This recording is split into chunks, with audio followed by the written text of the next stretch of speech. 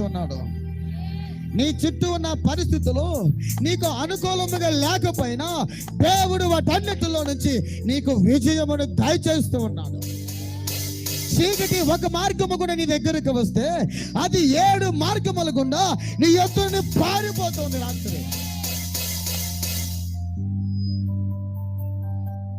అనుకోవచ్చు, అయ్యా నా చుట్టూ ప్రభా ఇదిగో కంచె వేయబడి ఉంది నాయన, నేను బంధింపబడి ఉన్నానయ్యా, నేను విడిపించలేని స్థితిలో ఉన్నానయ్యా అనుకుంటున్నామేమో.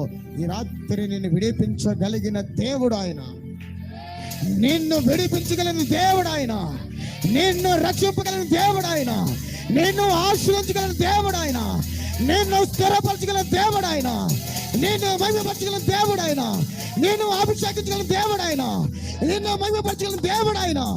ఈ రాత్రి నువ్వు అనుకోవచ్చేమో